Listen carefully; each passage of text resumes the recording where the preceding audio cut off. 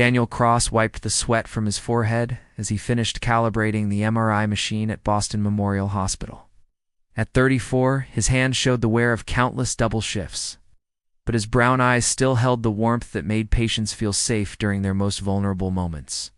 The late afternoon sun streamed through the hospital windows, casting long shadows across the radiology department, where he had worked for the past 6 years.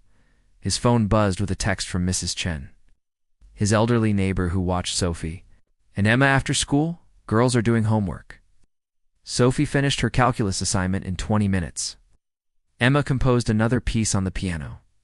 "They're asking when Daddy comes home." A smile crossed Daniel's weathered face. His identical twin daughters were the light of his world, though their exceptional abilities sometimes worried him. At 9 years old, Sophie could solve mathematical problems that challenged high school students, while Emma played piano with the skill of someone twice her age. Their talents had emerged gradually after their mother Jessica died in a car accident 3 years ago, as if channeling their grief into extraordinary achievement. The medical bills from Jessica's final weeks still haunted him. Despite insurance, the experimental treatments they had tried in desperation left them with debt that seemed to grow larger each month. The second mortgage on their modest home barely covered the minimum payments, and Daniel often lay awake, calculating how many more years of overtime he would need to break even. The spotlight's glare of everything changed on a crisp October morning. When Emma's piano performance at the Regional Young Artists Competition made headlines, local news stations covered her rendition of Rachmaninoff's Piano Concerto No. 2, calling it miraculous and beyond her years. The footage showed Emma's small fingers dancing across the keys with impossible precision, while Sophie watched proudly.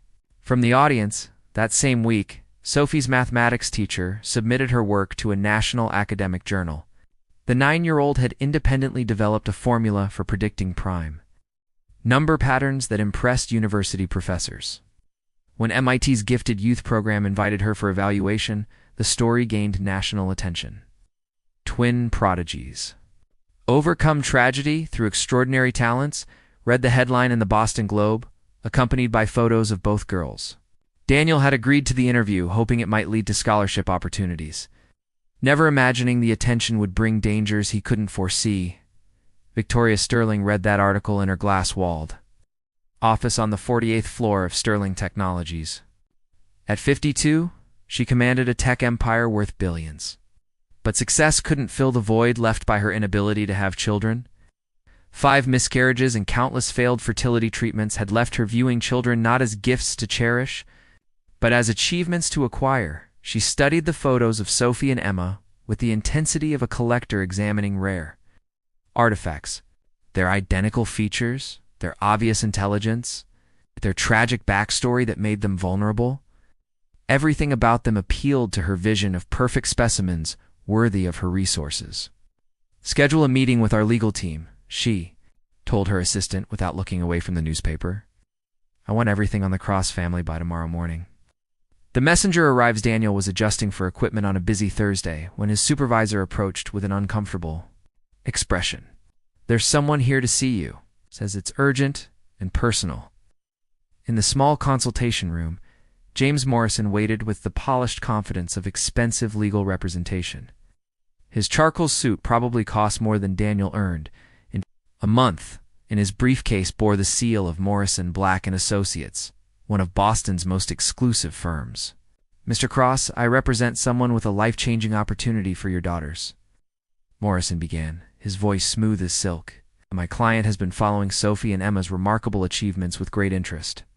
Daniel's protective instincts immediately activated. "If this is about some kind of commercial endorsement or a reality show, the answer is no. My daughters aren't commodities." Morrison's smile never wavered. "Nothing so crude, I assure you. My client, Victoria Sterling, is prepared to offer you $80 million for full custody and guardianship of Sophie and Emma." The room seemed to tilt around Daniel. He gripped the edge of the table, certain he had misheard. "Excuse me? $1 million?" Morrison repeated calmly. "Miss Sterling recognizes that your daughters possess extraordinary gifts that require resources far beyond what most families can provide. Elite private schools, world-class tutors, cultural experiences, university connections, opportunities that could transform their potential into world-changing achievements. You want to buy my children? Daniel's voice came out as a whisper, disbelief warring with outrage. I prefer to think of it as investing in their futures. Consider your current situation, Mr. Cross. You work multiple jobs to barely make ends meet. The medical debt from your late wife's treatment continues to grow. Sophie and Emma are brilliant. But brilliance without proper cultivation withers away. Morrison opened his briefcase and withdrew a thick folder. Miss Sterling's research shows you're 3 months behind on your mortgage. Your car is likely to be repossessed within weeks. The stress of your financial situation is already affecting the girl's emotional well-being. How do you know about my finances? Daniel's anger began overriding his shock. Miss Sterling is thorough in her charitable endeavors. She's prepared to pay off all your debts, provide you with a comfortable living allowance, and ensure Sophie and Emma receive the absolute best care money can provide. They would want for nothing. They want for nothing now. They have love, security, and a father who would die for them. Morrison's expression grew pitying. Love doesn't pay for Harvard, Mr. Cross.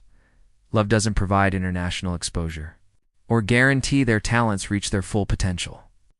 You're a hospital technician. Miss Sterling commands resources that could make your daughters the most celebrated minds of their generation. Daniel stood abruptly, his chair scraping against the floor. Get out. Get out right now before I call security. Take time to consider this logically, Morrison said, rising gracefully. Yes. Miss Sterling is patient, but opportunities like this don't remain open indefinitely. Think about what's truly best for Sophie and Emma. As Morrison's footsteps faded down the corridor, Daniel sank back into his chair. His hands shook as the magnitude of what had just happened settled over him. Someone had just offered him more money than he could spend in 10 lifetimes for his daughters. The rational part of his mind whispered that Morrison wasn't entirely wrong about their financial struggles or the opportunities wealth could provide. The weight of impossible choices that evening, Daniel sat at their small kitchen table helping Sophie with her advanced mathematics homework, while Emma practiced piano in the living room. Their apartment was cramped but filled with warmth drawings on the refrigerator. Books stacked everywhere, the comfortable chaos of a family that chose love over luxury. Daddy, you seem worried, Sophie said, looking up from her calculus. Problems. Her intuition was as sharp as her mathematical mind. Is it about money again? Just work stuff, sweetheart. Don't worry about grown-up problems. Emma's piano music drifted from the other room, a melancholy piece she had composed called Missing Mama. The melody spoke of loss and hope intertwined, revealing emotional depth that sometimes frightened Daniel with its maturity as he tucked both girls into their shared bedroom that night. Daniel found himself really looking at them. Sophie's dark hair spread across her pillow as she clutched a worn stuffed elephant, while Emma hummed softly to herself before falling asleep. They were still children despite their extraordinary gifts, children who needed their father's protection more than they needed millions of dollars. But lying in his own bed an hour later, Daniel couldn't silence the voice that whispered about everything Morrison had said. The mortgage payments that kept him awake at night. The car that made ominous noises he couldn't afford to fix. The knowledge that despite his love and dedication, he might not be able to give Sophie and Emma the futures their talents deserved. Victoria. Sterling's offer represented more than money. It represented the acknowledgement that love alone might not be enough. And that thought terrified him more than any amount of debt ever could. In her penthouse across the city, Victoria Sterling stood. Before floor-to-ceiling windows overlooking Boston Harbor, she had built her empire by recognizing value others missed and acquiring it before they realized what they were losing. The Cross twins represented the ultimate acquisition, not just their talents, but their potential to become the legacy she could never create naturally. James Morrison's report lay open on her marble desk. Father shows obvious emotional attachment but clear financial desperation. Recommends systematic pressure campaign to demonstrate inadequacy of current situation. The subject will require significant persuasion but appears ultimately practical. Doria smiled as she imagined Sophie and Emma in her world. Private jets to international competitions, the finest teachers money could recruit. Social connections that would open every door. They would thank her someday for rescuing them from mediocrity. disguised as love. She had spent decades learning that everything had a price. Daniel Cross was about to discover that even a father's love could be tested beyond its limits. The game had begun. And Victoria Sterling never played games she didn't intend to win. The systematic assault 2 weeks after Morrison's visit, Daniel's world began crumbling in ways that seemed coincidental, but felt orchestrated. It started with a phone call from his supervisor at Boston Memorial Hospital. "Daniel, I need to see you in my office," Dr. Patricia Hayes said, her usually warm voice strained with discomfort. "There have been some concerns raised about your recent performance." Daniel sat across from the woman who had been his mentor for 6 years, confusion evident on his face. "What kind of concerns?" "My patient satisfaction scores are excellent, and I haven't had any equipment issues." Dr. Hayes slid a manila folder across her desk. Anonymous reports about missed details in patient scans, tardiness, and what appears to be personal stress affecting your professional judgment. "That's impossible," Daniel protested, opening the folder to find meticulously documented complaints. "I've never missed work, and my accuracy rate is among the highest in the department." "I know, which is why this feels wrong to me too. The hospital administration is asking questions, especially after someone mentioned your personal financial situation might be creating distractions." Daniel's blood ran cold. How could anyone at the hospital know about his finances unless someone had deliberately shared that information? "I'm not taking any action yet," Dr. Hayes continued. "But you should know there's pressure from above to place you on administrative review. Watch yourself, Daniel. Something about this doesn't feel right." The web tightens, the attacks multiplied with surgical precision. Daniel's car loan company suddenly demanded immediate payment of overdue amounts he was certain he had paid. He called to dispute the charges. They showed no record of his recent payments. Despite his bank statements proving otherwise, his daughter's school principal, Mrs. Rodriguez, requested a meeting that filled him with dread.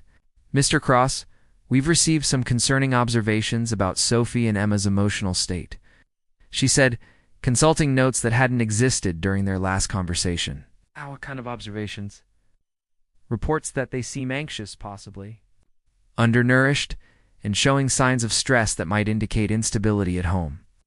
A child psychologist visited our school last week as part of a district evaluation program, and she specifically noted concerns about your daughters." Daniel felt the room spinning. "Who authorized a psychologist to evaluate my children without my permission?" "It was part of a district-wide assessment for gifted students, funded by a generous donor who wishes to remain anonymous. The psychologist, Dr. Amanda Wright, is highly respected in her field." At home that evening, Daniel questioned Sophie and Emma gently about any visitors at school. "There was a nice lady who asked us questions," Emma said innocently. "She wanted to know if we ever worried about Daddy or if we wished we lived somewhere different." "What did you tell her?" "Love our home, and we love you," Sophie added matter-of-factly. "But she kept asking if we ever felt scared about money or if we thought we might be happier with different grown-ups taking care of us." The manipulation was becoming clear, but Daniel felt powerless to stop it. Someone with resources and connections was systematically building a case that he was an unfit parent. Using his daughter's own words as evidence, unexpected allies Rachel Torres entered Daniel's life like a guardian angel disguised as a family law attorney. The 42-year-old woman with steel-gray eyes and an unwavering sense of justice had heard about his situation through mutual friends at the hospital. "Mr. Cross, I've been following what's happening to your family," she said during their first meeting in her modest law office. "This isn't the first time I've seen Victoria Sterling's methods. You know about Victoria Sterling? She's targeted for other families in the past 6 years.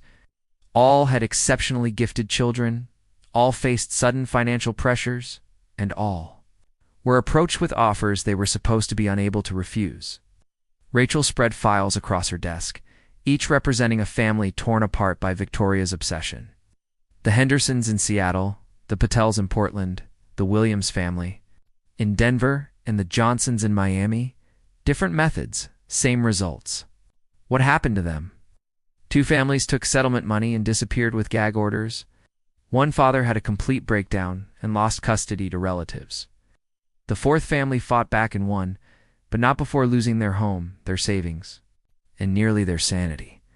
Daniel studied the photos of children who looked hauntingly similar to Sophie and Emma, gifted, beautiful, and vulnerable. Why is she doing this? Victoria Sterling has spent decades trying to have children. When medical science failed her, she decided to acquire what she couldn't create. In her mind, she's not stealing children, she's optimizing their potential. Rachel's investigation revealed the scope of Victoria's campaign. She had donated $2 million to Sophie and Emma's school district, earning herself a position. On the board of directors, a mysterious child psychologist was on Victoria's payroll. The anonymous complaints at Daniel's hospital traced back to a private investigation firm Sterling had hired. She's not just wealthy, Rachel warned. She's patient, methodical, and has unlimited resources. But she's also made mistakes. And that's where we can fight back. The community response word of Daniel's situation spread through their neighborhood, like wildfire, igniting a response that surprised everyone. Mrs. Chen, the elderly widow who watched the girls after school, became their fiercest advocate. That woman thinks money makes her better than love, Mrs. Chen declared at an impromptu neighborhood meeting in Daniel's apartment building. We show her what real family looks like. The support was overwhelming and practical. Miguel Santos, the building superintendent, offered to defer Daniel's rent until the legal situation resolved. Dr. Jennifer Walsh, a pediatrician who lived downstairs, provided free medical care for the twins and documented their excellent health and emotional stability. Most importantly, the twins' teachers began pushing back against the pressure to provide negative reports. Sophie and Emma are two of the happiest, most well-adjusted children I've ever taught, their math teacher told Dr. Wright during her next visit. Their father's love and support are obvious in everything they do. The school's music instructor was even more direct. I don't know what you're looking for, but you won't find it here. Daniel Cross is raising remarkable children who feel secure and loved. Any problems they might have stem from strangers asking invasive questions, not from their home life. The breaking point: Victoria's frustration with the community's resistance led to her most aggressive move yet. Child Protective Services received an anonymous report alleging educational neglect and possible emotional abuse. The social worker who arrived at Daniel's door carried the full weight of government authority. Mr. Cross, I'm Caroline Fletcher. From CPS, we've received serious concerns about your daughter's welfare that require immediate investigation. The inspection was thorough and invasive. Ms. Fletcher examined their small apartment with critical eyes, noting the cramped conditions, the secondhand furniture, and the stack of overdue bills Daniel had forgotten to hide. The children appear physically healthy, she noted, but there are concerns about whether their exceptional needs are being adequately met in this environment. Sophie and Emma answered questions with the honesty that made them vulnerable. Yes, they sometimes heard Daddy worry about money, as they shared a bedroom because their apartment was small. Yes, they had noticed Daddy seemed sadder since the nice lawyer man visited. The preliminary assessment suggests these children might benefit from a more structured environment, Ms. Fletcher concluded. I'm not removing them today, but this case will require ongoing monitoring. That night, Daniel sat on the edge of his daughter's bed, watching them sleep and wondering if his pride was destroying their future. The debt seemed impossible. The legal bills were mounting. Now the government was questioning his fitness as a father. Victoria Sterling's offer whispered in the darkness, promising an end to every struggle and worry. $80 million could solve every problem, provide every opportunity, and give Sophie and Emma the futures their talents deserved, but it would cost him the only thing that truly mattered: his role as their father. As Daniel finally fell into an exhausted sleep, he dreamed of Jessica, his late wife, standing beside their daughter's bed. In the dream, she smiled and placed her hand on his shoulder, whispering words he would remember when he woke. Love doesn't count the cost, Danny. It just keeps loving. The battle for his family was far from over, but Daniel Cross was beginning to understand that some things truly were more valuable than all the money in the world. The courtroom of truth, 6 months after Victoria Sterling's first offer. Suffolk County Family Court buzzed with tension as the custody hearing that would determine the Cross family's fate began. Judge Margaret Thompson, known for her fairness and sharp intellect, presided over a courtroom packed with community supporters, media representatives, and the weight of a battle between unlimited wealth and unconditional love. Victoria Sterling entered wearing a navy suit that cost more than Daniel's monthly salary, her presence commanding attention through sheer force of will. For the first time since this nightmare began, she appeared in person. Her cold blue eyes immediately finding Sophie and Emma sitting beside their father. Daniel wore his only good suit, purchased secondhand for Jessica's funeral 3 years earlier. His hands trembled slightly as he watched his daughters, both dressed in simple but clean clothes that Mrs. Chen had carefully pressed that morning. Despite everything they had endured, the twins sat with quiet dignity, their bond with their father visible to everyone in the room. Rachel Torres rose for her opening statement, her voice clear and strong. Your Honor, this case isn't about money or opportunities. It's about a predator who uses wealth as a weapon to destroy families and acquire children like trophies. James Morrison, Victoria's lead attorney, countered smoothly. Your Honor, we're here to ensure to extraordinarily gifted children receive the resources and opportunities their exceptional talents deserve. Mr. Cross, despite his obvious love for his daughters, simply cannot provide what they need to reach their full potential. Testimony of the Hart Dr. Amanda Wright took the stand first, her credentials impressive, but her credibility about to be shattered. In my professional opinion, Sophie and Emma Cross show signs of intellectual understimulation and emotional stress related to their father's financial instability. Rachel's cross-examination was devastating.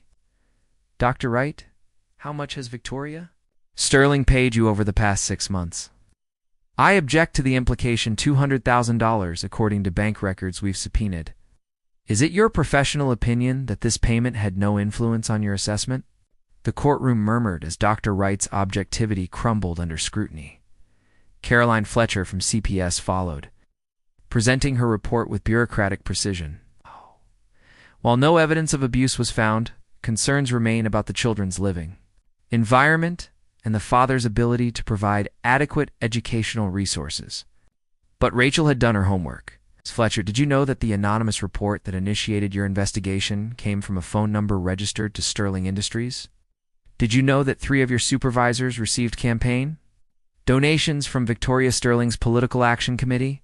The systematic corruption was becoming undeniable, and Judge Thompson's expression grew increasingly stern.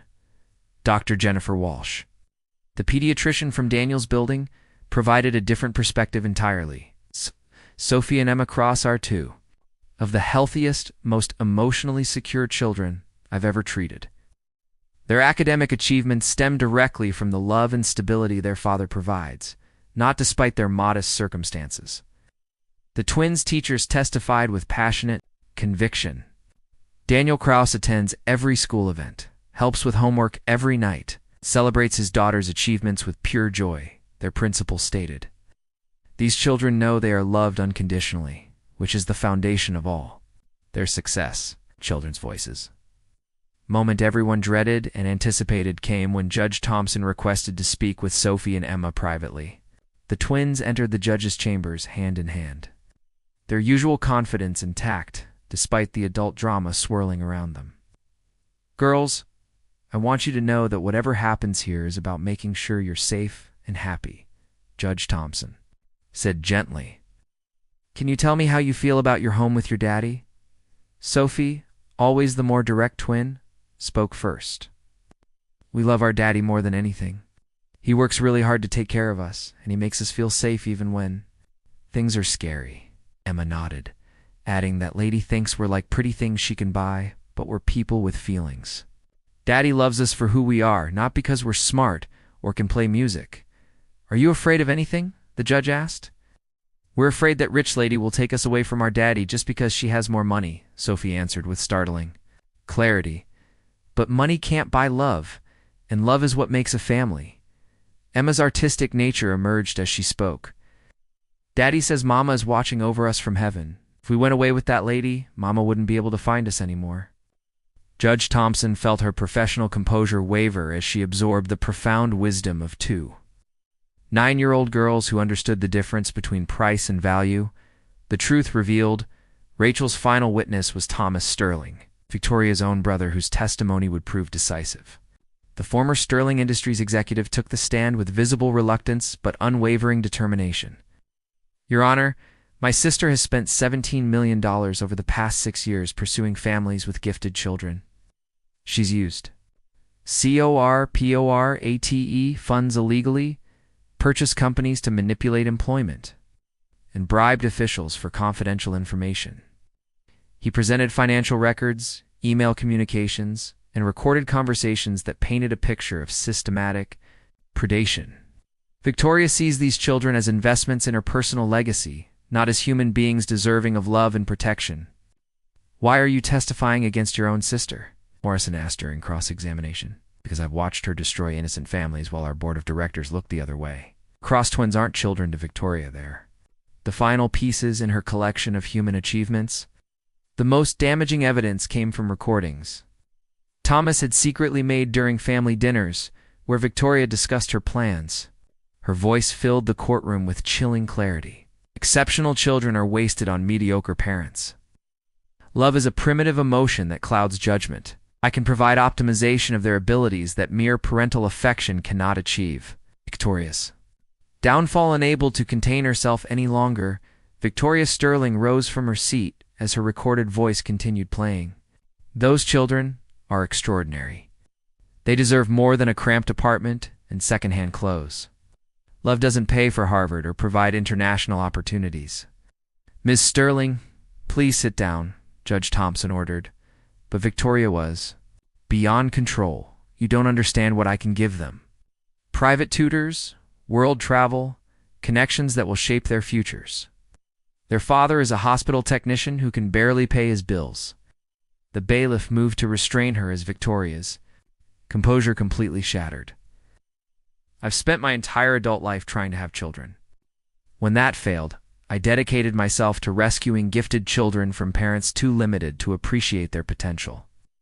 The courtroom fell silent as Victoria's true motivations lay exposed, not love or concern for the children's welfare, but a desperate attempt to fill the void in her own life by acquiring what she could never naturally create. The verdict, Judge Thompson's decision, carried the weight of absolute moral clarity. This court has witnessed something both beautiful and disturbing. Beautiful in the profound love between a father and his daughters, and disturbing in the systematic abuse of wealth and power to threaten that bond. She looked directly at Victoria. "Sterling, Ms. Sterling, your actions constitute harassment, financial manipulation, and attempted coercion of a family. This court grants full custody to Daniel Cross and issues a permanent restraining order preventing any contact with this family." The judge's voice grew stronger. "Furthermore, this case will be referred to federal authorities for investigation of financial crimes, abuse of legal processes, and civil rights violations." As Victoria was escorted from the courtroom, she made one final attempt to approach. "Sophie and Emma, you don't understand what you're giving up," she called out desperately. Sophie's response echoed through the chamber with startling maturity. "We're not giving up anything, lady. We're keeping everything that matters." Love triumphant. The celebration in Daniel's apartment that evening was simple but profound. Mrs. Chen had prepared a feast for the entire building. While neighbors who had become family filled their small home with laughter and relief, Rachel Torres, who had become more than just their attorney during the long battle, sat beside Daniel on their worn couch. Watching Sophie and Emma play piano together, a new composition Emma called Family Forever. "We did it," Rachel said softly, her hand finding Daniel's. "We actually beat her." Daniel smiled, his arm around the woman who had fought beside him when everything seemed impossible. "We didn't just beat her. We proved that some things really can't be bought." Over the following months, the aftermath of their victory brought unexpected blessings. Victoria Sterling faced federal charges for financial crimes and received a 2-year sentence, while Sterling Industries, under Thomas's leadership, established a legitimate scholarship fund for gifted children that supported families without requiring separation. The media attention from their case brought genuine opportunities for Sophie and Emma scholarships that allowed them to attend advanced programs while living at home. Music competitions that celebrated Emma's talent and academic recognition. That honored Sophie's mathematical gifts. But the greatest change was personal. Daniel and Rachel's partnership during their legal battle had grown into something deeper. 6 months after the trial, they married in a simple ceremony where Sophie and Emma served as flower girls. Their family complete at last, standing in their small apartment, which they kept despite now being able to afford better. Daniel watched his daughters practice their respective talents, while Rachel graded papers at their kitchen table. The medical debt was being paid down through a combination of fundraising and Daniel's promotion to department supervisor. But more importantly, they had learned that wealth meant something entirely different than money. As he tucked Sophie and Wass's Emma into bed that night, Emma asked the question that had been building in her mind. "Daddy, do you think that lady will ever understand what she was trying to take away from us?" Daniel considered carefully before answering. "Learn that the most valuable things in life can't be bought, only earned through love." Sophie, ever practical, added, "Well, if she does learn that, maybe she won't be so sad anymore." Even in victory, his daughter's capacity for compassion amazed him. They had faced down a billionaire's obsession and emerged not with hatred, but with wisdom about what truly mattered. Outside their window, Boston sparkled with possibility. They had proven that love, community, and determination could overcome any amount of money or power. The Cross family was complete. Their bond tested by fire and proven unbreakable. The hardest chapter of their story had ended. The most beautiful one was just beginning. Epilogue. 5 years later, Sophie Cross, now 14, accepted her early admission to MIT's mathematics program while choosing to remain at home and attend classes part-time. Emma, also 14, performed with the Boston Youth Symphony while composing pieces that drew international attention. Daniel and Rachel's second child, son they named Michael, grew up knowing he was part of a family that had fought the world to stay together.